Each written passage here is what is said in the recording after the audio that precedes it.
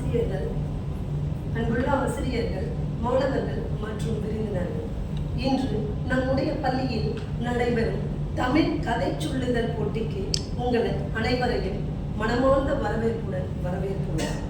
கதை என்பது மனிதனின் இசை, மனதின் இசை. அது உணர்வுகளை தூண்டும் ஒரு கலை. தமிழ் மொழி என்பது செல்வம். அந்த செல்வத்தின் ஒரு சிறந்த வடிவம்தான் கதை. ஒரு சிறிய கதையில் கூட பண்பாடு, அறம், அன்பு, அறிவு ஆகியவை அடங்கி இருக்கும். இன்றைய போட்டியில் பங்கேற்கும் மாணவர்கள் தங்கள் குரலால் கதைகளை உயிர்ப்பிக்கப் போகிறார்கள். ஒவ்வொரு கதையும் ஒரு பயணம். அந்த பயணத்தில் நாம் அனைவரும் பங்கேற்கும் வாய்ப்பு இது. இந்த நிகழ்ச்சி நம் மாணவர்களின் படைப்பாற்றல், மொழித்திறன் மற்றும் நடிகை திறமையை வெளிப்படுத்தும் ஒரு அரிய வாய்ப்பு. அனைவருக்கும் எங்களது மனமார்ந்த வாழ்த்துக்கள்.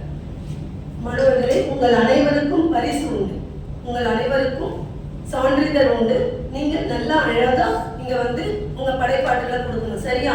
முதலில் 3 மற்றும் 5ஆம் வகுப்பு மாணவர்களுக்கு கதை சொல்லுதல் போட்டி இப்பொழுது நடைபெறும். முதலில் 3rd B Rohitha, emerald house. 3rd B Rohitha, emerald house. அனைவருக்கும் இனிய காலை வணக்கம். என் பெயர் ரோஹிதா. நான் 3ஆம் வகுப்பு E பிரிவில் படிக்கின்றேன். என் கதையின் தலைப்பு பொய் சொல்லாதே. முன்னொரு காலத்தில் சிங்காரபுரம் ஒரு அழகிய கிராமம். முத்து என்று விவசாயி குடும்பத்துடன் வாழ்ந்து வந்தனர். முத்து தன் நாடுகளை கொட்டிட்டு காலையில் சென்றால் மாலையில் வீடு திரும்புவார். ஒரு நாள் முத்து தன்னுடைய சொந்த வேலை விஷயமாக பக்கத்து ஊருக்கு செல்ல வேண்டி இருந்தது. தன் ஆடு வைக்கும் பொறுப்பை தன் மகனிடம் கொடுக்க நினைத்தான். ஆனால் அவன் மகன் ஒரு விளையாட்டு பையன். எந்த ஒரு வேலையும் சரியாக செய்ய மாட்டான். ஆனாலும் வேறு வழியின்றி தன் வேலையை தன் மகனிடம் கொடுத்தான். அடுத்த நாள் காலையில் ராமு ஆடுகளை கூட்டிட்டு ஆடு மேய்க்க சென்றான். ஆடுகளும் புற்களை மேய்ந்தன.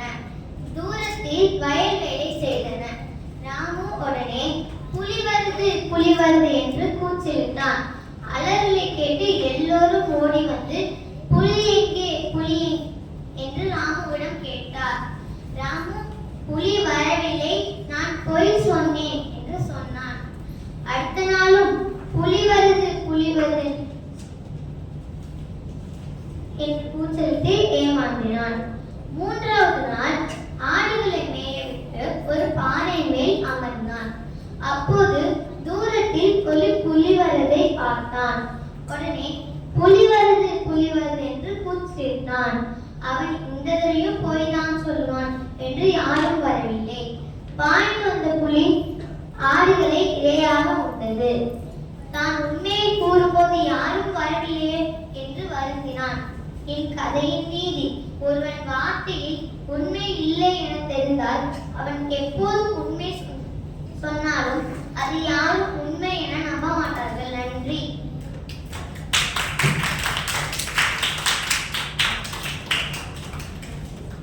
ரோஹிதா அழகா பொய் சொல்லக்கூடாது, இல்லைங்க நாம நீங்கள் இல்லை யாருமே நம்ம பொய் சொல்லக்கூடாதுங்கிற கதையை, நீதி கதையை ரொம்ப அழகா சொன்னாங்க.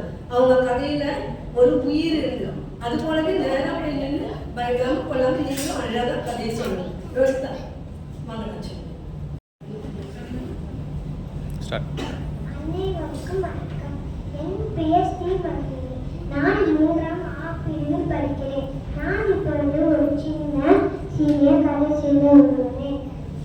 என் கதையின் தலைப்பு 2 மரம்.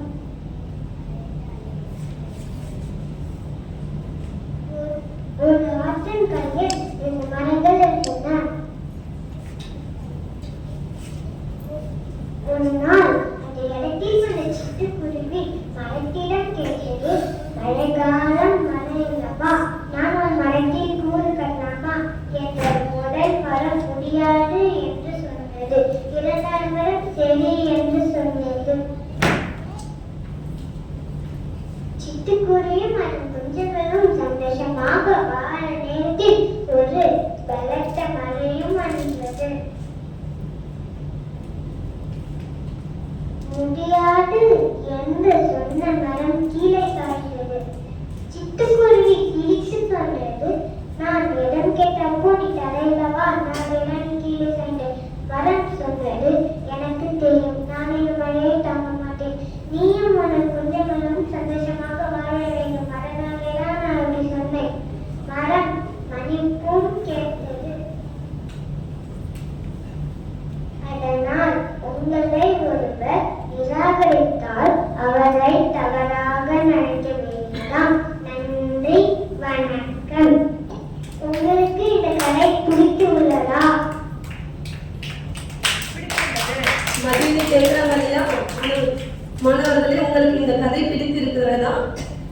ரொம்ப அழகா ஒரு கற்பனை கதையை சொன்னாங்க மகிழினி. மிகவும் நன்றிடா, ரொம்ப நல்லா இருந்ததுடா. நன்றி.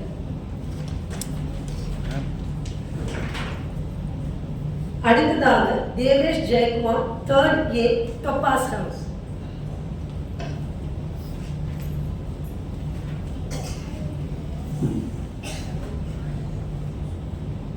ஆசிரியர்களே மற்றும் என் நண்பர்களே அனைவருக்கும் என் வணக்கம். என் பெயர் தேவே. நான் 3ஆம் வகுப்பு ஆ பிரிவில் படிக்கிறேன்.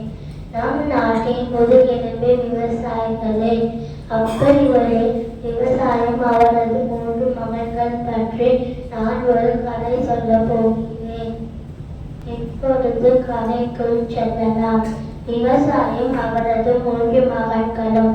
ஒரு கிராமத்தில் வயதான விவசாயி ஒருவர் அவரது 3 மகன்களுடன் வசித்து வந்தார். அவரது 3 மகன்களும் எவ்வித வேலையும் செய்யாமல் மிகவும் சோம்பேறிகளாக இருந்தனர். அதனால் வருத்தமடைந்த விவசாயி அவர்களுக்கு உழைப்பின் மதிப்பை கற்பிக்க நினைத்தார். ஒரு நாள் அவர் தனது மகன்களுடன் வயலில் புதையல் இருப்பதாக கூறி அதை கண்டுபிடிக்க சொன்னார். அவரது மகன்கள் ஆர்வத்துடன் புதையலை தேடி வயலை தோண்டத் தொடங்கினர். ஆனால் அவர்களுக்கு எந்த ஒரு புதையலும் கிடைக்கவில்லை. இத்தருணத்தில் விவசாயி நோய்வாய்ப்பட்டு இறந்தார். அவரது மகன்கள் உழவு செய்த மண்ணில் விதைகளை விதைத்தனர். அவர்களுக்கு நல்ல விளைச்சல் வந்ததால் நல்ல வருவாய் கிடைத்தது. இதன் மூலம் அவரது 3 மகன்களும் கடின உழைப்பால் கிடைத்த வெற்றிதான் உண்மையான புதையல் என உணர்ந்தனர். நீதி, உழைப்பே உயர்வு தரும். நன்றி.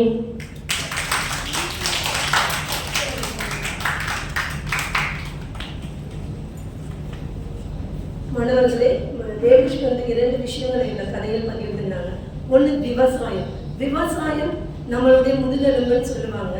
என்னன்னா, விவசாயி சேற்றில் கால் வைக்காவிட்டால் நாம் சோற்றில் கை வைக்க முடியாது என்பது. நம்ம கண்டிப்பா விவசாயத்தை அதனாலதான் போற்ற வேண்டும். அதுக்கப்புறம் சோம்பேறியாக இருக்கக்கூடாது. ஹார்ட் ஒர்க் நெவர் எவர் ஃபெயில்ஸ்னு சொல்லியிருந்தாங்க. கடின உழைப்பு தான் வெற்றியை தரும் என்பதையும் அவங்க குறிப்பிட்டிருந்தாங்க. தேவேஷ், ரொம்ப நல்லா இருந்தது உங்க கதை. நன்றிப்பா. அடுத்ததாக அஸ்வத், 4B, சஃபயர் ஹவுஸ். என் பணிவான வணக்கங்கள். என் பெயர் சு அஸ்வத். நான் 4ஆம் வகுப்பு ஆ பிரிவு படிக்கிறேன். இன்று நான் கூற போற கதை தென்னாலிராமன் காட்டிய சொர்க்கம். முன்னொரு காலத்தில் விஜயநகரம் என்ற பெரிய சாம்ராஜ்யத்தில் அரசர் கிருஷ்ணதேவராயர் ஆண்டு வந்தார். அந்த அரச சபையில் தென்னாலியும் ஒருவர். எதையும் சிந்தித்து செயல்படும் தென்னாலிராமனை அரசருக்கு மிகவும் பிடிக்கும். ஒரு நாள் வழக்கம் போல் அரச சபை கூடியது. இன்று அரசர் என்ன கூற போகிறார் என்று அனைவரும் ஆர்வமாக இருந்தார்கள். அப்பொழுது அரசர், மந்திரி பிரதானிகளே மற்றும் சபையோர்களே, நான் சிறு வயதில் மிகவும் அழகான மகிழ்ச்சியான இடம் என்ன என்று கேட்டேன். அதற்கு மிகவும் அழகான மகிழ்ச்சியான இடம் சொர்க்கம் என்று ஒரு பெரியவர் கூறினார். இப்பொழுது உங்களில் யாருக்காவது சொர்க்கம் எங்கே உள்ளது என்று தெரியுமா? அப்பொழுது தென்னாலிராமன் வந்து, அரசே, சொர்க்கம் எங்கே உள்ளது என்று எனக்கு தெரியும். ஆனால் அதற்கு 1000 பொற்காசுகளும் சிறு காலம் அவகாசமும் வேண்டும். சரி தென்னாலி என்று அரசர் ஒத்துக்கொண்டார். ஆனால் நீங்கள் மட்டும் எனக்கு சொர்க்கத்தை காமிக்கவில்லை என்றால் அதற்கு தகுந்த தண்டனை கிடைக்கும். 2 மாதம் சென்றனர்.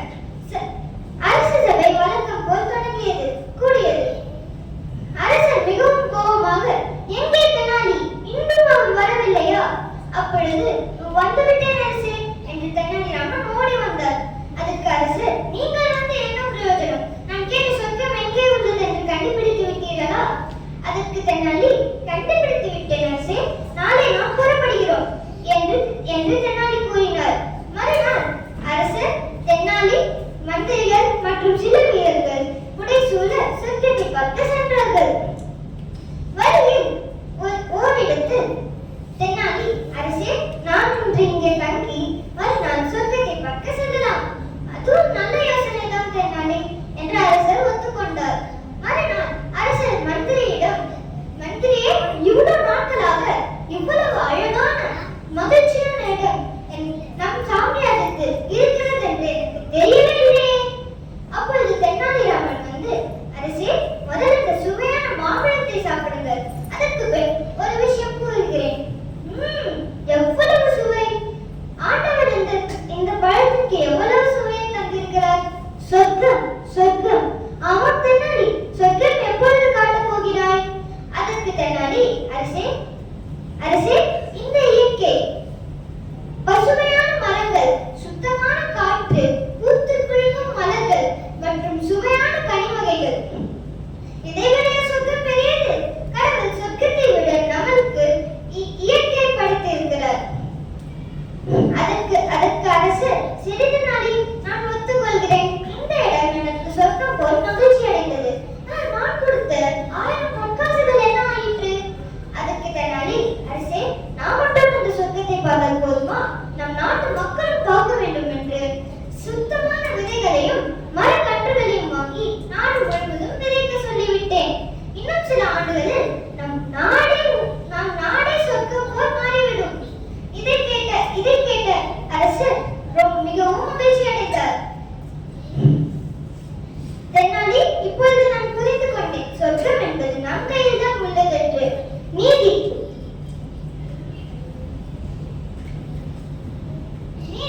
சொர்க்கம் என்பது நம் கையில் தான் உள்ளது. இயற்கையே சொர்க்கம், இயற்கையை பாதுகாப்போம். நன்றி.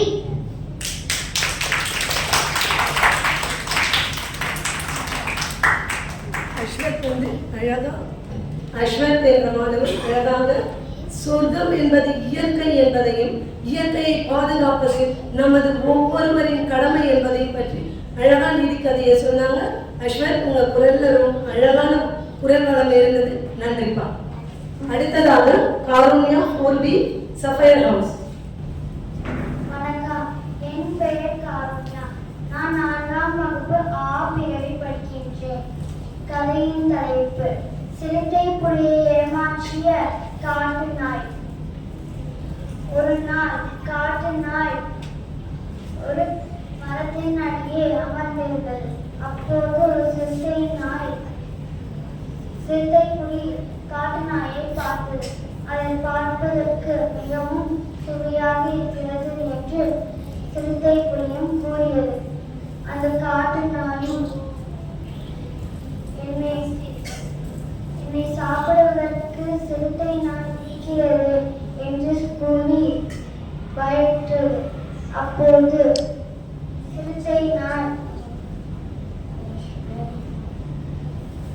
காட்டு நாய் ஒரு எலும்புக்கூடை பார்த்தது. அப்போது அதற்கு ஒரு மிகவும் அருமையான யோசனை வந்தது. அப்போது காட்டு நாய் ஒரு எலும்புக்கூடை எடுத்து அதன் வாயில் சப்பியது. அப்போது கூறியது,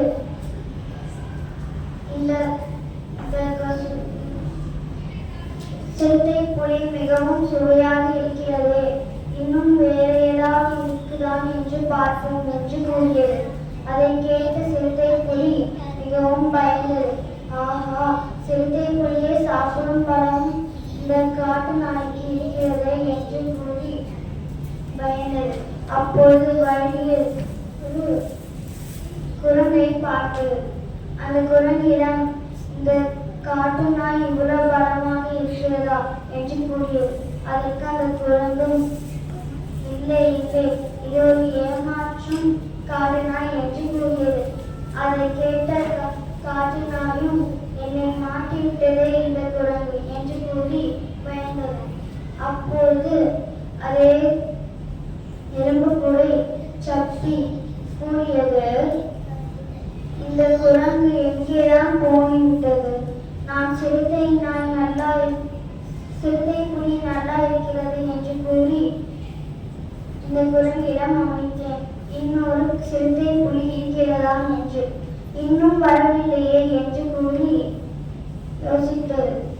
அதற்கு அதை கேட்ட சிறுத்தை புலியும் ஏமாற்றத்துடன் குரங்கிடம் போகிறது. என்னையே ஏமாற்றிவிட்டாய் என்று கூறி அதை சாப்பிட்டது. கதையின் நீதி எப்போ வாழ்க்கையில் பல பிரச்சனைகள் வரலாம், ஆனால் அதை கண்டு பயப்படக்கூடாது. நன்றி, வணக்கம்.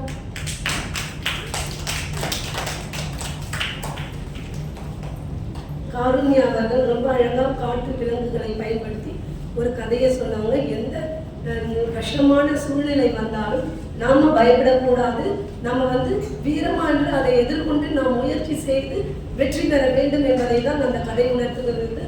காருண்யா ரொம்ப அழகா சொன்னீங்கம்மா, நன்றி. அடுத்ததாக Vanathi Nachiyar, 4C Ruby house.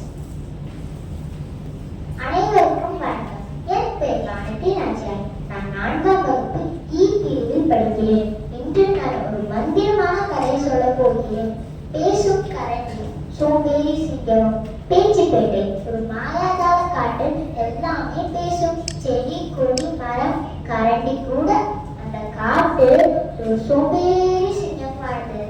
அதன் பேர் சோம்புராக. சோம்புராக எப்போது படுத்தேக்காமல் குடிக்காமல் அழுக்காகவே இருப்பான். அப்போது கரண்டி குட்டி, நீ ரொம்ப அழுக்காகவே இருக்க, யாருமே ஒத்திக்க வர மாட்டார்கள் என்று கூறியது. அதுக்கு சோம்புராக சிரித்துக்கிட்டேன். நான் இந்த காட்டோட ராஜா. நான் தரிசித்தான் யாரும் என் கிட்ட வரமாட்டாங்க. அப்பொழுது சுத்தம் சுமைய தேவதை மந்திரத்தால் சோம்புராஜாவை மனித குழந்தை மாற்றியது. சோம்புராஜா மனித குழந்தைய தெரியவில்லை. செருப்பு குட்டும் நாணயத்தை கட்ட தெரியாமல் திரைத்திருந்தான். படுக்கையை அடுக்க தெரியாமல் அது விட்டான். கரண்டி குட்டி பாட்டு பாடி உதவியது. படுத்து பளிச்சு பளிச்சு பளிச்சு இருந்தால் பாராட்டி கிடைக்கும். படுத்து பளிச்சு பளிச்சு பளிச்சு இருந்தால் பாராட்டி கிடைக்கும். அந்த நாளின் முடிவில் சோம்புராஜா தெரிந்து கொண்டது என்ன என்றால், ராஜாவாக இருந்தால் சுத்தமும் ஒழுக்கமும் முக்கியம். சுத்தம் சுகன்யா திரும்பியும் சோம்புராஜாவை சிங்கமா மாற்றியது. சோம்புராஜா சுத்தமாகவும் நல்ல பழக்கங்களையும் பின்பற்றுடன் என உறுதி செய்வார். பாடல் சுத்தமும் ஒழுங்கும் முக்கியம். நன்றி.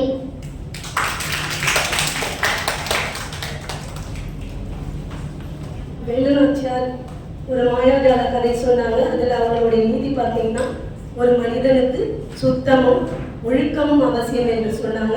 சுத்தம் சூடு போடும், சுத்தம் சுகம் தரும் நம்மளுக்கு பழமொழி இருக்குது. அதுவும் இல்லாம எந்த ஒரு மனிதனாக இருந்தாலும், அவர் எப்படியாப்பட்ட பெரிய ஆளாக இருந்தால், ஒரு மனிதனுக்கு ஒழுக்கம் என்பது அவசியமானது என்று கூறியிருக்காங்க. ரொம்ப அழகா சொன்னீங்கம்மா, நன்றி. உங்கள் குரலிலும் மாயாஜாலம் இருந்தது. அடுத்ததாக மிதுஷ் பிரபு, 50A எம்ரல் ஹவுஸ். அனைவருக்கும் என் இனிய வணக்கம். நான் மிதுஷ் பிரபு, 5ஆம் வகுப்பு ஆ பிரிவில் பயின்றேன். வசூலுக்கு கிடைத்த நீதி. சோழ மன்னர்களில் ஒருவர் மனுநீதி சோழன். ஆட்சி தவறாத முறையில் ஆண்டு வந்து அனைவருக்கும் நீதியை கொடுத்து அவரது ஆட்சிக்காரத்தை ஆண்டு வந்தார். அது ஒரு பகல் நேரம். ஒரு தச்சர் ஒருவர் வந்து, மன்னா, நீங்கள் நேற்று கொடுத்த ஆராய்ச்சி மணி வேலையை நான் முடித்து விட்டேன். அதை நீங்கள் நேரிலேயே காட்சி அடைக்கலாம் என்றார். அமைச்சர், என்னது ஆராய்ச்சி மணியா? அது எதற்காக மன்னா என்று அமைச்சர் கேட்டார். மன்னர், சோழ மக்களே, சோழ நாடு சோறு வைத்தது என்று அனைவருக்கும் தெரியும். அதை போலவே நான் அனைவருக்கும் நீதியை கொடுப்பதற்காக இந்த ஆராய்ச்சி மணியை இந்த தச்சரிடம் செய்ய சொல்லி கொடுத்தேன். அதை தான் இந்த தச்சர் சிறப்பாக செய்து முடித்தார். உங்களுக்கு யாருக்காவது துன்பம் இருந்தால் இந்த ஆராய்ச்சி மணியின் மூலம் நானே உங்கள் துன்பத்தை சரி செய்வேன் என்றார். மக்களும் மன்னரை கை தட்டி கொண்டாடினர். அமைச்சர், மன்னா, நீங்கள் தான் அனைவருக்கும் நீதியை கொடுக்கிறீர்களே, பின்பும் எதற்கு இந்த ஆராய்ச்சி என கேட்டார். மன்னர், அனைவருக்கும் நீதியை நீங்க சொல்வதும் உண்மையாகத்தான் இருக்கலாம். ஆனால் நான் அனைவருக்கும் நீதியை கொடுக்க முடியவில்லை. சில பேருக்கு மனது விட்டு சொல்ல தைரியம் வரவில்லை என்று மன்னர் சொன்னார். காலம் கழித்தது. ஆராய்ச்சி மணியின் சத்தம் ஒலிக்கவில்லை. திடீரென்று ஒரு நாள் சத்தம் ஒலித்தது. மொத்த அரங்கமே அதிரி போய்விட்டது. மன்னர் மலரை அடித்து ஓடி வந்து பார்த்தால் அது ஒரு பசு. அமைச்சர், மன்னா, அது ஒரு பசுதான், நீங்கள் இன்னும் பயப்பட வேண்டாம் என்று சொன்னார். மன்னர், இல்லை அமைச்சரே, அந்த பசுவின் கண்ணீரை பார்த்தாலே தெரிகின்றது அது ஏதோ ஒரு துன்பத்தில் இருக்கின்றது என்று மன்னர் சொன்னார். பின்பு மன்னரின் ஆட்களை அனுப்பி அந்த பசுவுக்கு என்ன நேர்ந்தது என பார்க்க சொல்லி மன்னர் தான் ஆட்களை அனுப்பினார். சிறிது நேரம் கழித்து ஒருவர், அண்ணா அண்ணா, அது வந்து மன்னர், என்ன அது சொல்லுங்கள், அந்த பசுவுக்கு என்ன நேர்ந்தது என்று மன்னர் கேட்டார். மன்னா, அது உங்களின் மகன் தெரியாமல் தேரில் செல்லும் பொழுது அந்த தேர்காலில் அந்த பசுவின் கன்றை ஏற்றி கொண்டு விட்டான் என்று சொன்னார். மன்னர் அதிர்ச்சி அடைந்தார். அனைவரும் அதிர்ச்சி அடைந்தார். உடனே மன்னர் அந்த தான் பையனை அதே தேர்காலில் இட்டுக் கொள்ள சென்று கொண்டிருக்கும் பொழுது அமைச்சர், மன்னா, வேண்டாம் மன்னா, உங்களுக்கு இருப்பதும் ஒரே மகன்தான், அவனையும் நீங்கள் இழக்காதீர்கள் என்று சொன்னார். ஆனால் மன்னா அதை கேட்காமல் தன் மகனை அதே தேர்காலில் இட்டுக் கொண்டு அந்த பசுவுக்கு நீதியை வழங்கினார். நீதி ஆராய்ந்தறிந்து செயல்பட வேண்டும். நன்றி, வணக்கம்.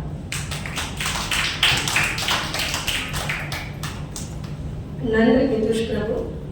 மனுநீதி சோழன் முறைமை தவறாத நீதி வழங்குபவர். அதுல இவங்க சொன்ன கதையில என்ன இருந்ததுன்னா, மனுநீதி சோழன் தன்னுடைய மகன் தவறு செய்தான் என்று தெரிந்தும் தன் மகனை பசுவின் கன்றை கொன்ற அதே தேர்காலில் இட்டு கொலையுடச் செய்ததுதான் அதன் நீதி. ரொம்ப அழகா சொன்னீங்க மிதுஷ் பிரபு. அடுத்ததாக Laksha, emerald house 5th B. அனைவருக்கும் வணக்கம். உற்றுநோய் நீக்கி உறாமை முற்காக்கும் பெற்றியார் பேணி கொடல். இதன் பொருள், நமக்கு எந்த ஆபத்து வந்தாலும் அதிலிருந்து எப்படி தப்பிக்க வேண்டும் என்று பெரியவர்களுக்கு மட்டும்தான் தெரியும். அவர்கள் சொல்லும்படி நாம் கேட்க வேண்டும். இதை எடுத்துக்காட்டும் விதமாக ஒரு சிறிய கதை கேட்போமா? இவர் லக்ஷா 5ஆம் வகுப்பு B பிரிவு. ராமு என்ற ஒரு சிறியவன் இருந்தான். அவனுக்கு முந்தல் பருப்பி என்றால் மிகவும் பிடிக்கும். அவனது அம்மா அவ்வப்பொழுது ஒரு சில பருப்புகளை மட்டும் அவனுக்கு கொடுப்பார்கள். அம்மா, எனக்கு இன்னும் வேண்டும் என்று ராமு அடம் பிடிப்பான். அதிகம் சாப்பிட்டால் வயிறு வலி வரும் கண்ணே, அதனால் தான் உனக்கு கொஞ்சமாக கொடுக்கிறேன் என்பார் அம்மா. அதெல்லாம் ஒன்றும் ஆகாது என்று முணுமுணுத்துக் கொண்டே செல்வான் ராமு. ஒரு நாள் ராமுவின் அம்மா சந்தைக்கு சென்றிருந்தார். இதை பயன்படுத்திக் கொண்ட ராமு அடுப்படிக்கு சென்று ஜாடியில் இருந்த எல்லா பருப்புகளையும் எடுத்துக்கொண்டு மனம் போல திமிர்த்திட்டான். மறுநாள் வயிறு வலியுடன் நன்றாக துணித்தான். இதனால்தான் பெரியவர்கள் பேச்சை கேட்க வேண்டும், கேட்காவிட்டால் துன்பம் வரும் என்றார் அம்மா. சரி அம்மா, நான் இனிமேல் பெரியவர்கள் பேச்சை கீழ்ப்படிந்து கேட்கிறேன் என்றான் ராமு. இதன் நீதி, கீழ்ப்படியாமை தீங்கு விளைவிக்கும். நன்றி, வணக்கம்.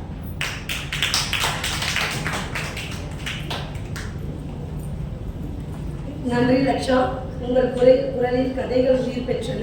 ரொம்ப அழகா சொன்னீங்க. கீழ்ப்படிதல் மிக அவசியமானது என்ற நீதி கதையை சொன்னாங்க லக்ஷா. ரொம்ப அழகா சொன்னீங்கம்மா. உங்கள் குரலில் கதைகள் உயிர் பெற்றன. நன்றிம்மா. அடுத்ததாக Prem Sundar from 50A Sapphire House. அனைவருக்கும் வணக்கம். என் பெயர் பிரேம் சுந்தர். நான் 5ஆம் வகுப்பு A பிரிவில் படிக்கிறேன். நான் ஒரு கதை கூற வந்துள்ளேன்.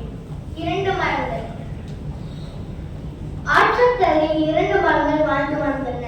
அப்படியாக அந்த சிட்டுக்குருவி குஞ்சுகளும் மர கூடு கட்ட வசதியை அனுமதிக்க முடியுமா என்று கேட்டது. அதற்கு முதல் மரம் முடியாது என்று மறுத்துவிட்டது. 2வது மரம் அனுமதி தந்தது. குருவியும் அந்த குஞ்சுகளும் மரத்தை வீடு கட்டி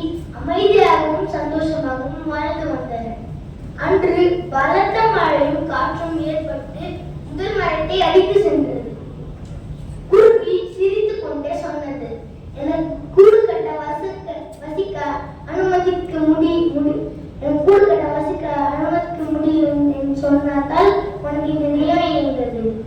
அதற்கு மரம், எனக்கு தெரியும், நான் வலி இழந்து விட்டேன், எப்படியும் இந்த மழைக்கு நான் தாங்க மாட்டேன், தண்ணீரில் அடித்து செல்லப்படுவேன் என்று தான் உனக்கு இடமில்லை என்று கூறினேன், என்னை மன்னித்து விடு என்றது. நீதி, உங்களை யாராவது நிராகரித்தால் அவர்களை தவறாக நினைக்காதீர்கள். நன்றி.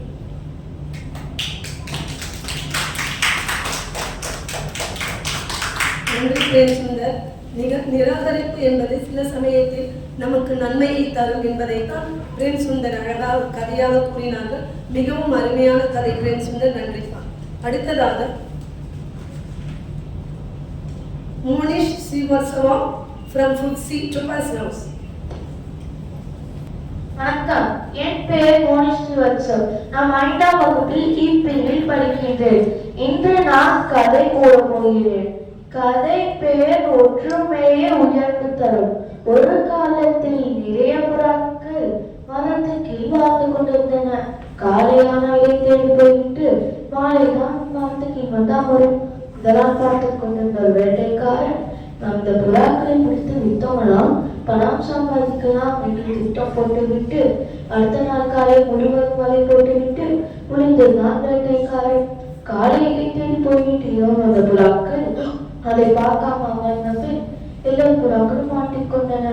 ஒரு புறா கூறியது, நம்ம எல்லோரும் ஒரே நேரத்தில் பறந்தோம்னா தப்பி விடலாம் என்று ஒரு யோசனை கூறியது. எல்லா புறாக்களும் ஒரே நேரத்தில் பறந்து தப்பி விட்டன. வேடன் அதை பார்த்து விட்டு, ஐயோ, என்று ஒரு வரையும் போய்விட்டது, இப்ப நான் என்ன பண்ணுவேன்? சில நாட்கள் பிறகு திரும்பி வந்து புறாக்களை பிடிப்போம் என்று திட்டம் போட்டான் வேட்டைக்காரன். சில நாட்கள் பிறகு திரும்பி வலை போட்டுவிட்டு கொஞ்சம் இலை வைத்து ஒளிந்திருந்தான் வேட்டைக்காரன். காலையிலே தேடி போயிட்ட புறாக்கள், அடடா, இங்கேயே இலை இருக்கிறது, நாம் இலை பார்க்கவில்லை என்று கூறின.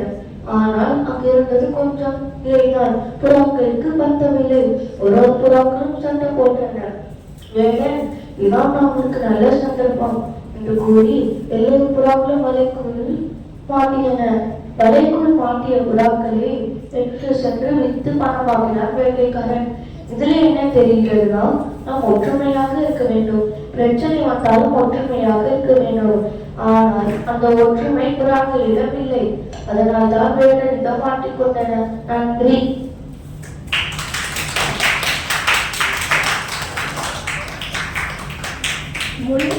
மோனி ஸ்ரீவாத்சவா ரொம்ப அழகா ஒற்றுமை என்ற தலைப்புல நீதி கொண்ட ஒரு கதையை சொன்னாங்க.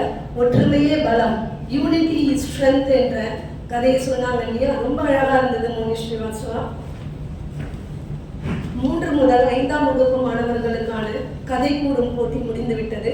ஒரு கதை சொல்லும் குழந்தை ஒரு உலகத்தை உருவாக்கும் போட்டியில் பங்கேற்று தங்கள் திறமையை வெளிப்படுத்திய மாணவர்களுக்கு எங்களது மனமார்ந்த பாராட்டுக்கள். உங்கள் குரலும் உங்கள் கதைகளும் நம்மை ஒரு புதிய உலகிற்கே அழைத்து சென்று விட்டன. அடுத்ததாக 1 மற்றும் 2ஆம் வகுப்பு மாணவர்களுக்கான கதை சொல்லுதல் போட்டி இப்பொழுது நடைபெறப் போகிறது. நன்றி, வணக்கம். முதலில் தீபான்ஷு அஷ்லவன், ஃபர்ஸ்ட் ஏ, டுபாஸ் ஹவுஸ்.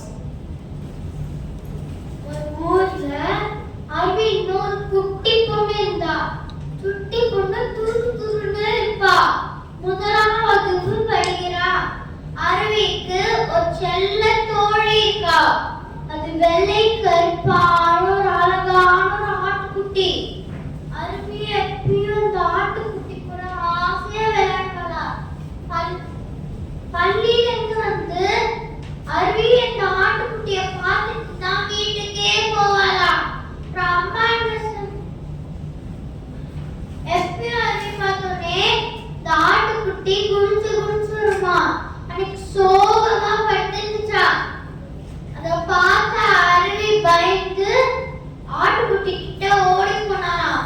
ஆட்டுக்குட்டி மேல நயா ஈக்கலா இருக்கு, கடிபட்டுச்சா. அப்படியே அருவி அம்மா கிட்ட கேட்டாலாம்.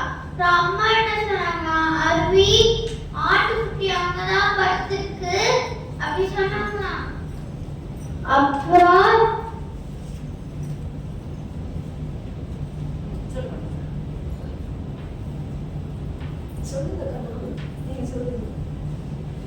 அப்படி அருவி அம்மா கிட்ட கேட்டாலாம். அப்புறம் அம்மா என்ன சொன்னாங்க, பயப்படாத அருவி, அது பசியில தான் படுத்திருக்கு, நீ இப்ப இலைய பறிச்சுட்டு வா சொன்னாங்களா.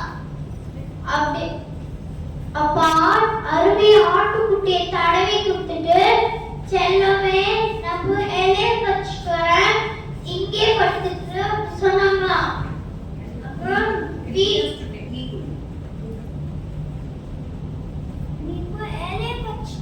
அப்படி சொன்னாங்களா.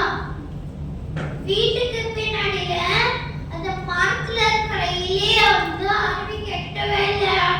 அருவி என்னப்பா, மரத்து கீழே ஒரு உரல் இருந்துச்சு, அந்த மேல ஏறி இலைய பறிக்கலான்னு அருவி பார்த்தான். அப்பயும் எட்டல. பக்கத்து மரத்துல மூய்த்தல்ல அருவியோட நண்பர்கள்லாம் விளையாடிட்டு இருந்தாங்களா. அப்போ அருவி கால்ல ஒரு எறும்பு ஊசி குத்துற மாதிரி கடிச்சிச்சு. அருவி உருள்ல இருந்து கீழே குதிச்சானா. பக்கத்துல இருக்கிற ஏரியில ஏறி அருவி இலைய பறிச்சிட்டானா. அப்புறம் ஐயின்னு சொல்லி சந்தோஷப்பட்டானா. அப்புறம் அருவி என் கழுத்து ஒட்டகச்சிங்கி மாதிரி நீட்டமா இருந்தா இலைய பறிக்கிறதுக்கு ஏரிய தேவையான என்ன குறும்பா நினைச்சானா. அருவி இலை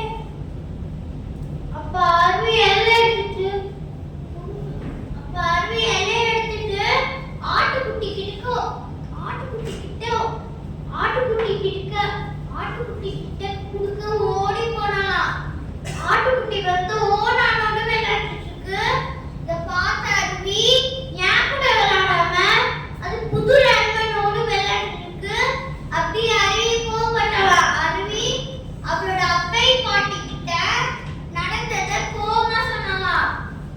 அப்பை பாட்டி வந்து சிரிச்சுக்கிட்டே, அருவி உனக்கு நிறைய நண்பர்கள் இருந்தாலும் உனக்கு ஆட்டுக்குட்டி தான் ரொம்ப பிடிக்கும். இந்த மாதிரி ஆட்டுக்குட்டிக்கும் நிறைய நண்பர்கள் இருந்தாலும் ஒன்னதான் ரொம்ப பிடிக்கும். அதை கேட்டு அருவி புரிஞ்சுக்கிட்டு அருவி இலைய எடுத்துட்டு ஆட்டுக்குட்டி கிட்ட குடுக்க ஓடி போனாலாம். ஆட்டுக்குட்டி வந்து துள்ளி குடிச்சு ஆட்டுக்குட்டி வந்து இலைய சந்தோஷமா சாப்பிட்டுச்சு. நன்றி.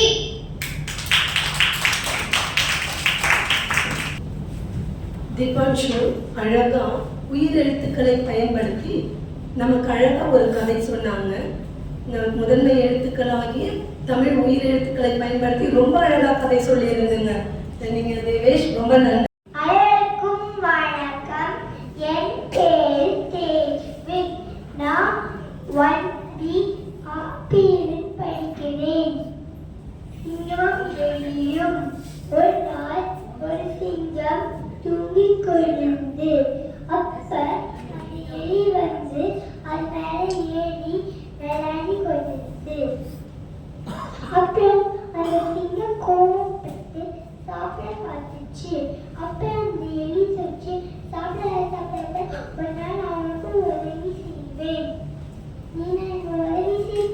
அப்புறம் அந்த சிங்கம் சொல்லிச்சு, நீ எனக்கு உதவி செய்ய சொல்லிச்சு. அந்த சிங்கம் ஒரு வலையில் மாட்டிக்கொண்டிருந்தது. அப்புறம் எலி வந்து கட்சித்து மோடு யாரையும் தப்பா பேசக்கூடாது. தேங்க்யூ.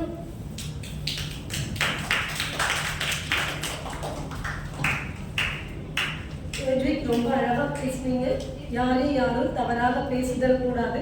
நம்மிடம் நிறைய இனிமையான சொற்கள் இருக்கின்றன. கடுமையான சொற்களை பயன்படுத்தி நாம் யாரையும் பேசக்கூடாது என்ற நீதி கதையை தான் தேஜ்விக் சொன்னாங்க. நன்றி தேஜ்விக். அடுத்ததாக தாக்ஷியா, ஃபர்ஸ்ட் பி சஃபேர் ஹவுஸ். அனைவருக்கும் வணக்கம். என் பெயர் தாக்ஷியா. நான் 1ஆம் வகுப்பு படிக்கிறேன். ஒரு நாள்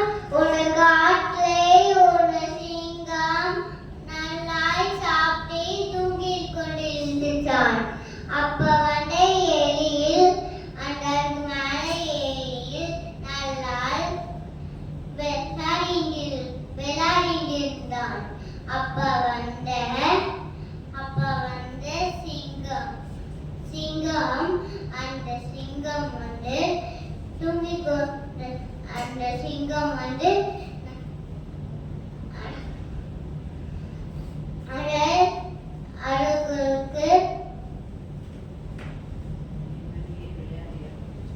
அதுக்கு மேலே ஏறி விளையாடிட்டு இருக்கான். அப்ப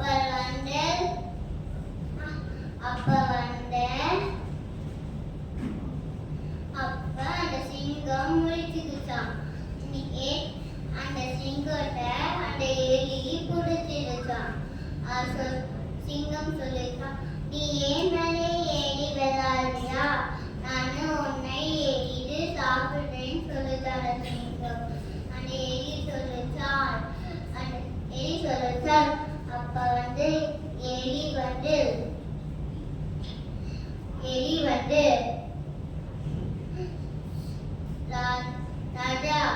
ராஜா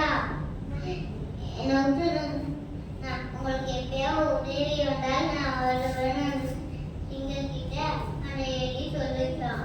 அந்த சிங்கமும் புத்தெடுத்தான். மறுநாள் ஒன்று காட்டில் 2 வேட்டைக்காரி போய் வலையை விட்டு போட்டு போயிட்டாங்க. அந்த விளையாட வந்த சிங்கம் அந்த மலையில மாட்டிக்கிட்டான். அந்த சிங்கம் கழிச்சான். அப்ப வந்து எலி அந்த சத்தத்தை கேட்டு ஓடி வந்து அதை காப்பாற்றிச்சான். அதோட பல்ல வச்சு அந்த வலையை கச்சிருக்கான். அப்ப எலி வந்து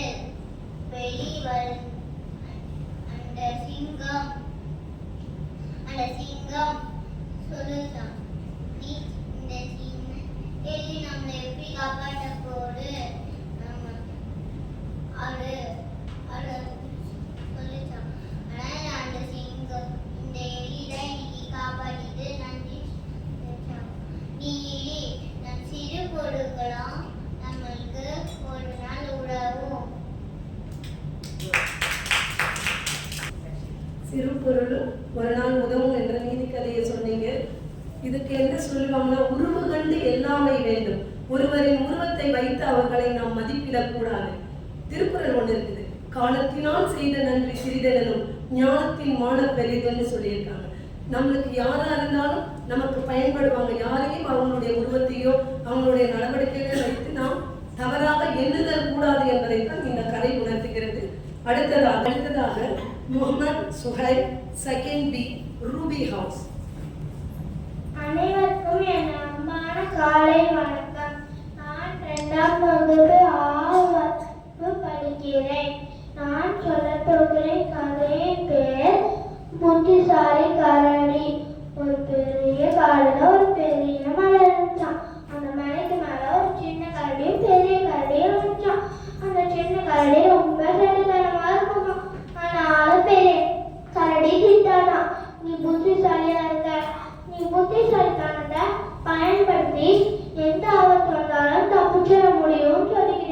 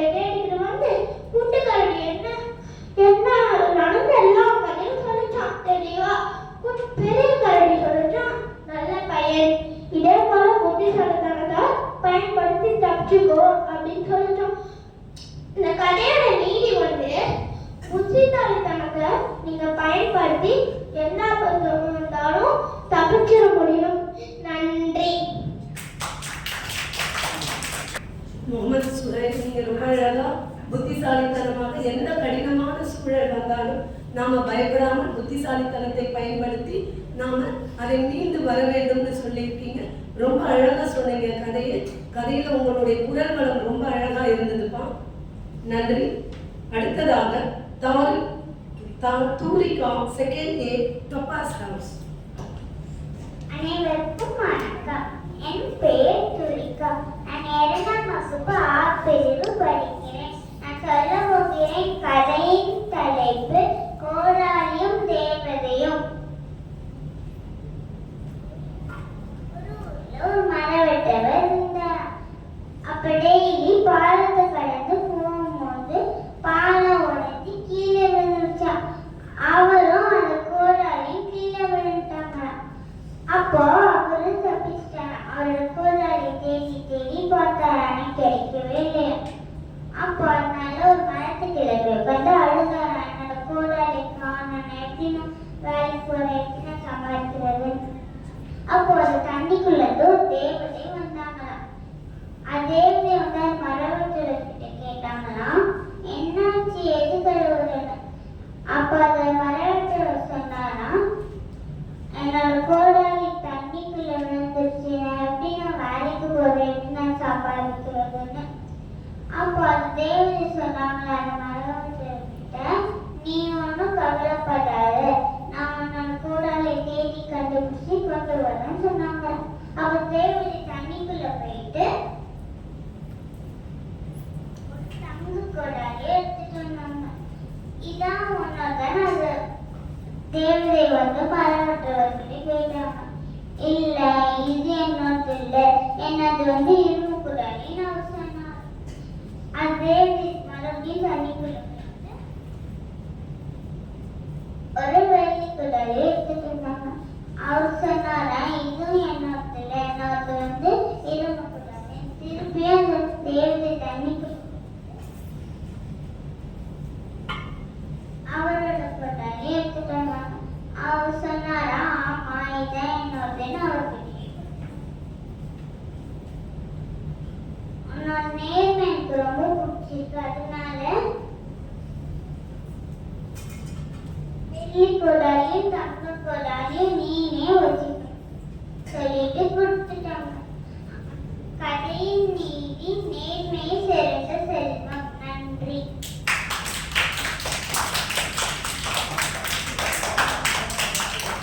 நேர்மையே சிறந்த செல்வம் என்ற தலைப்புல கோடாலியும் தேவதையும் என்ற கதையை ஒரு தேவதை வந்து ரொம்ப அழகா நம்மளுக்கு சொல்லியிருக்காங்க. ரொம்ப அழகா இருந்ததுடா உங்க கதை. நன்றி. அடுத்ததாக தருண் ஸ்ரீனிவாஸ் செகண்ட் ஏ டொபாஸ் ஹவுஸ். வணக்கம். என் பெயர் தருண் ஸ்ரீனிவாஸ். நான் 2ஆம் வகுப்பு ஆ பிரிவு படிக்கிறேன். என் கதை பெயர் சிங்கமும் எலியும். ஒரு ஊரில் ஒரு பெரிய காட்டில் மரத்துக்கு கீழே சிங்கம் தூங்கிக் கொண்டிருந்தது. அப்போது ஒரு சின்ன எலி ஓடிக்கொண்டிருந்தது. தவறுதலாக சிங்கத்து மேல ஓடிடுச்சு. சிங்கம் அதிர்ச்சியோட எழுந்து, ஏன் என் மேல் வளர்ற கேட்டுச்சு. எலி, என்னை விட்டுருங்க, நானும் உங்களுக்கு ஒரு நாள் உதவி செய்வேன். சிங்கம் சிரிச்சிட்டு, நீ எனக்கு உதவி செய்வியா கேட்டது. பிறகு விட்டுச்சு. பின்னொரு நாள் வேட்டைக்காரர்கள் வீசும் வரையில் சிங்கம் மாட்டிக்கொண்டது. சிங்கம் கோபமோட கத்திட்டது. ஒலி கேட்ட எலி அங்க வந்து ஆகா சிங்கம் மாட்டிக்கொண்டது, அப்ப உதவி செய்வோம். எலி தன் நண்பர்களை கூத்து கொண்டு வந்தது. தன் கூறி வலையை கச்சி கச்சி துப்பியது. சிங்கம் விடுதலை ஆயிட்டு. சிங்கமும் எலிகளும் நண்பர்களே ஆயிட்டாங்க. நீதி சிறு திரும்பம் பயன்படுத்த உதவும். நன்றி. சிறு துரும்பும் பயன்படுத்த உதவும் என்ற சிங்கத்தின் கதையை ஒரு சிங்கக்குட்டி வந்து கூறிவிட்டு போகிறது. மிகவும் நன்றி, ரொம்ப அழகா சொன்னீங்கப்பா. அடுத்ததாக விஷ்ணுபிரியா, செகண்ட் ஸ்டாண்டர்ட் பி. அனைவருக்கும் வணக்கம். என் பெயர் விஷ்ணுபிரியா. நான் 2ஆம் வகுப்பு ஆ பிரிவில் படிக்கிறேன். முயன்றால் முடியாதது எதுவும் இல்லை. முயற்சியின் பயன் வெற்றியே என்பதை என் தவறுகளின் கதை வழியாக உங்களுக்கு நான் சொல்ல போகிறேன். கதையின் தலைப்பு பாலில் விழுந்த தவளை. ஒரு அழகான குளத்துக்கு பக்கத்துல 2 தவளை நண்பர்களா வாழ்ந்துருந்தாங்க. அவங்க ஒரு நாள் வயல்வெளிக்கு விளையாட போனாங்க. அப்ப திடீர்னு மழை வந்துச்சு. பக்கத்துல இருக்க வீட்டுக்குள்ள போனாங்க. புது வந்தாங்க, அங்கும் இங்க குடிச்சுட்டே இருந்தாங்க. தவறி ஒரு பெரிய பாலக்கட்டுல விழுந்துட்டாங்க. அப்புறம் ஒரு தவளை சொல்லுமா, நம்மளால இனிமேல் வெளியவே போக முடியாது, நம்ம இங்கே இருக்கணும். அந்த கொஞ்ச நேரத்தில் அது காலில் முழுகி இறந்தது. இன்னொரு தவளை நம்மளால முடியும் சொல்லிட்டு நீச்சல் அடிச்சுட்டே இருந்துச்சான் காலில். என்ன மேலே வர வர தவளை மேலே வந்து குச்சி பாதுகாப்பான எடுத்துட்டு போயிடுச்சு. இதுலேருந்து நம்ம என்ன கற்றுக்கிட்டோம்? முயற்சி திருவினையாகும், முயன்றால் சாதிக்க முடியும். நன்றி.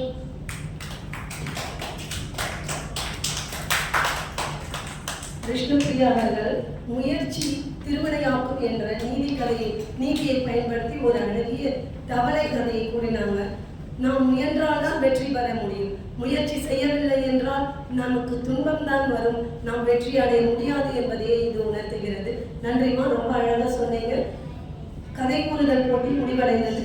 மாணவர்கள் போட்டியில் பங்கேற்று தங்கள் திறமையை வெளிப்படுத்திய மாணவர்களுக்கு எங்களது மனமார்ந்த பாராட்டுகள். ரொம்ப அழகா அனைத்து மாணவர்களும் கதைகளை கூறலீங்க. உங்கள் கதையில உயிர் இருந்தது, உங்கள் சொல் பலம் இருந்தது, எல்லாமே ரொம்ப அழகா இருந்தது. நான் இப்பொழுது அகாடமிக் டைரக்டர் மேம் நம்ம பிள்ளைங்க கதை கூறலை பற்றி சில வார்த்தைகள் பேச அழைக்கின்றேன். ரொம்ப அழகா ஒவ்வொருத்தருமே அவ்வளவு ஒரு கற்பனை திறனோட அழகா அதை சொன்னீங்க. ஸோ நிறைய பேர் இனிமேல் ஃபியூச்சர்ல டீச்சர்ஸா வரலாம், இல்ல நல்ல கதை சொல்லக்கூடிய ஒரு திறனோட ஒரு பெரிய என்டர்டெய்னரா வரலாம். இப்ப எல்லாருக்கும் ரொம்ப பிடிக்கும்ல, ஜஸ்ட் ஜாலியா வந்து கதை சொல்றது, கதா காலட்சேபம், அந்த மாதிரி விஷயங்கள்லாம். ஆனா எல்லாருக்குள்ளயும் அவ்வளவு திறமை இருக்கு. கொஞ்சம் நஞ்ச திறமையே இல்லை. ஏன்னா எங்களால ஜட்ஜே பண்ண முடியல. இந்த குழந்தை ரொம்ப நல்லா சொல்லிச்சு, இந்த குழந்தை நல்லா கொஞ்சம் குறைச்சு அப்படின்லாம் சொல்லவே முடியல. ஏன்னா ஒவ்வொருத்தருக்குள்ளயும் அவ்வளவு திறமை இருக்கு. அண்ட் நீங்க எல்லாம் அழகா கத்துக்கிட்டீங்க. உங்க பெற்றோர்கள், உங்க ஆசிரியர்கள் சொன்ன விஷயங்களை அழகா கத்துக்கிட்டீங்க. அதனால உங்க எல்லாருக்கும் ஒரு சிறந்த கைத்தட்டு உண்டாகும். It was fabulous to listen to each and every one of you. And each one of you have used lot of properties. நிறைய வந்து அழகழகான விஷயங்களை செஞ்சு கொண்டு வந்திருக்கீங்க. உங்க அப்பா அம்மா செஞ்சிருக்காங்க இல்லையா? நீங்க செஞ்சீங்களா? ஹெல்ப் பண்ணீங்களா? வண்டர்ஃபுல். அதுதான் சமயோஜிதம்ங்கிறது.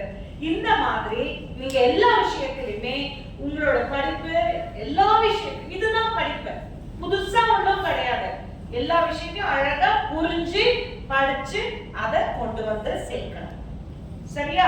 இதே மாதிரி நீங்க இன்னும் மென்மேலும் நிறைய போட்டிகள்ல கலந்துக்கிட்டு, போட்டிங்கிறது வந்து உங்களை நான் தான் பெஸ்ட், நீ பெஸ்ட் இல்ல அப்படி சொல்றதுக்கு இல்ல. ஏன்னா ஒரு போட்டியில வந்து என்ன ஆகும், ஒரு எல்லாரும் கலந்துப்பாங்க. ஆனாலும் சில இடத்துல வந்து நம்ம கொஞ்சம் வித்தியாசமா பண்ணிருப்போம், கொஞ்சம் தடுமாறுவோம்.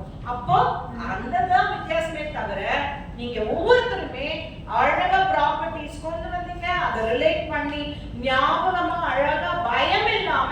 முக்கியமான விஷயம், நீங்க யாருமே ஐயோ நான் என்ன ஆகுமோ, அது போய் என்ன பேசணும் அப்படிலாம் ஒன்றும் இல்லாம ரொம்ப அழகா சொன்னீங்க. எனக்கு ஒவ்வொருத்தரோட காஸ்டியூம் பார்க்கறதுக்கு நீங்க எல்லாம் ஒரு உங்களுக்கு கரடி மாதிரியே வந்துட்டீங்க, வேட்டைக்கார மாதிரியே வந்துட்டீங்க. அந்த மாதிரி ஒவ்வொருத்தரும் அவங்களோட வேஷங்களை அழகா போட்டுக்கிட்டு ரொம்ப தைரியமா ஸ்டேஜ்ல வந்து பேசியிருக்கீங்க. So all the best to all of you. Congratulations to all of you. Thank you. தலைவி சண்முகப்பிரியா அவர்களை ஒரு சில வார்த்தைகள் கூறுமாறு அழைக்கின்றேன். அனைவருக்கும் வணக்கம். குட்டீஸ் எல்லாம் ரொம்ப அழகா கதை சொன்னீங்க. உங்களுடைய அந்த வார்த்தை உச்சரிப்புல ரொம்ப ஒரு ஆச்சரியமா இருந்தது. அன்னைக்கு சொன்னப்போ நான் வந்தப்போ சிலர்லாம் குடுன்னு ஓடிட்டு இருந்தீங்க, நீதி சொல்றதுக்கு ஒரு பயம்லாம் இருந்துச்சு, பயப்படலாம் கூடாதுன்னு சொன்னா. ஆனா இங்க வந்து நல்லா கலக்கிட்டீங்க, ரொம்ப அழகா சொன்னீங்க, எல்லாருமே நல்லா சொன்னீங்க. நீதியும் ரொம்ப அழகா சொன்னீங்க. இந்த நீதி எல்லாமே எப்பயுமே ஞாபகத்துல வச்சுக்கோங்க, சரியா? இதே மாதிரி நிறைய போட்டிகள் நடக்கும், எல்லா போட்டியிலையும் எல்லாருமே சேர்ந்துக்கணும், சரியா? அதே நேரம் நல்லா படிக்கணும். தமிழ் நம்மளுடைய தாய்மொழி அப்படின்னும் போது அதுக்கு முக்கியத்துவம் கொடுத்து அழகான உச்சரிப்போட பேசுறதுக்கு கத்துக்கோங்க, சரியா? மற்ற நேரங்களில் ஆங்கிலம் பேசினாலும் தமிழ் வகுப்புல முறையான தமிழை பேசணும், சரியா? கொச்சை தமிழ் இல்லாம முறையான தமிழை பேசுவோம், தமிழை வளர்ப்போம். நன்றி, வணக்கம்.